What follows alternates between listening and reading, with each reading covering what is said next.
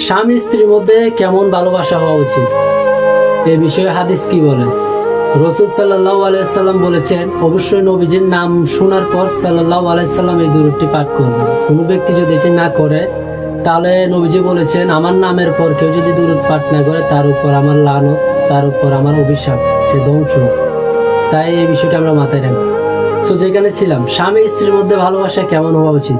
হাদিসে রাসূল সাল্লাল্লাহু আলাইহি সাল্লাম বলেছেন, কোন স্বামী যদি তার স্ত্রীকে ইসলামের বিধিবিধান অনুযায়ী ভালোবাসে, মহব্বত করে, ইনশাআল্লাহ আল্লাহ পাক তাকে আখিরাতে মহা একটি বিশেষ পুরস্কার দান করবে এবং দুনিয়াতেও তার জন্য অসংখ্য নিয়ামতের দরজা খুলে দেবে।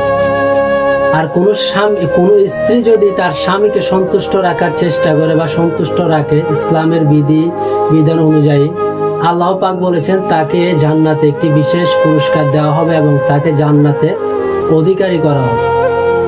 তাই আমরা স্বামী স্ত্রীর মধ্যে যে মহব্বত, মায়া, ভালোবাসা, এগুলো আন্তরিকতা, এগুলো সবসময় বজায় রাখার চেষ্টা করব। ভালোবাসা হচ্ছে এমন একটি জিনিস যেটা আল্লাহর পক্ষ থেকে আসে। তাই আমরা সবসময় আল্লাহ যেভাবে বলেছেন, নবী রাসূলগণ, সাহাবীগণ যেভাবে চলছেন বা যেভাবে বলছেন, যেভাবে মেনে চলছেন, এই বিষয়গুলো আমরা ওইভাবে মেনে চলার চেষ্টা করব। ভালোবাসা খুবই ইম্পর্টেন্ট একটি জিনিস, আর অবশ্যই ভালোবাসার মধ্যে সবচেয়ে ইম্পর্টেন্ট হচ্ছে বিশ্বাস। তাই আমরা সেই বিশ্বাস অর্জন করার চেষ্টা করব ইনশাআল্লাহ।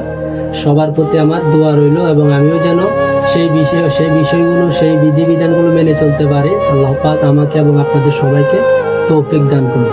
আমিন। আসসালামু আলাইকুম।